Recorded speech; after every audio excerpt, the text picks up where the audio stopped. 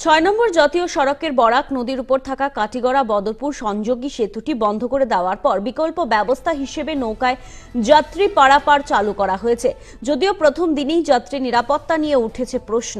একাংশ মানুষের অভিযোগ, কোনো নিরাপত্তা ব্যবস্থা না রেখেই শত শত যাত্রী পারাপার করা হচ্ছে, ফলে যে কোনো সময় ঘটতে পারে ভয়ঙ্কর ঘটনা। ব্যবহারের অনুপযোগী অতি প্রাচীন কিছু লাইফ জ্যাকেট রেখেই দায়িত্ব পালন করছে আইডব্লিউটি বিভাগ এবং এই বিষয়টি নিয়ে ইতিমধ্যে ক্ষোভে ফেটে পড়েছেন সাধারণ মানুষ। অন্যদিকে অতিরিক্ত ফেরি ভাড়া আদায়ের গুরুত্বর অভিযোগ উঠেছে।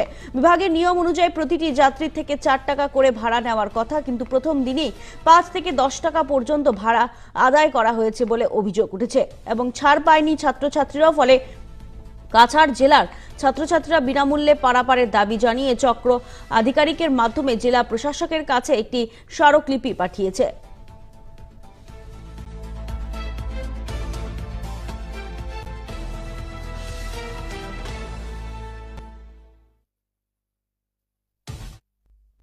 ৰাতিপুৱা 6টা থেকে 6টা বজালৈ ষ্টাৰ্ট হ'ব আৰু গধূলি 6টা সন্ধ্যা সেইটো চলি থাকিব। আমাৰ যে প্যাসেঞ্জাৰ পাৰ হয়ে আছে এইটো আমাৰ ফেয়াৰটো কিমান?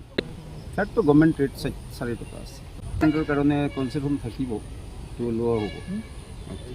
আজি এটা অভিযোগ পালো, ইয়াত যেটো ফেৰি আছে এইটো 5 টকা আৰু 10 টকা লৈ আছে। পুৱাৰ ভাগত কিছুমান মানুহৰ পৰা 10 টকা পৰ্যন্ত লৈ আছে। এনেকাতো ল'ব নোৱাৰে, এনেকাতো কোনো ইয়ে নাই। আমাৰতো ডিপাৰ্টমেণ্টেৰ কোনো কথা নাই। আমাৰ ফেৰিখনো যিমান টকা গভৰ্ণমেণ্টে যিটো দিয়া আছে 4 টকা, সেইটোৱেই ল'ব লাগে। সেইটোও লৈছে। সেইটো কিবা যদি দিয়া থাকে, কিবা লৈ থাকে, সেইটো আমি নাজানো। আমাৰতো অৰ্ডাৰ আছে 4 টকাও ল'ব।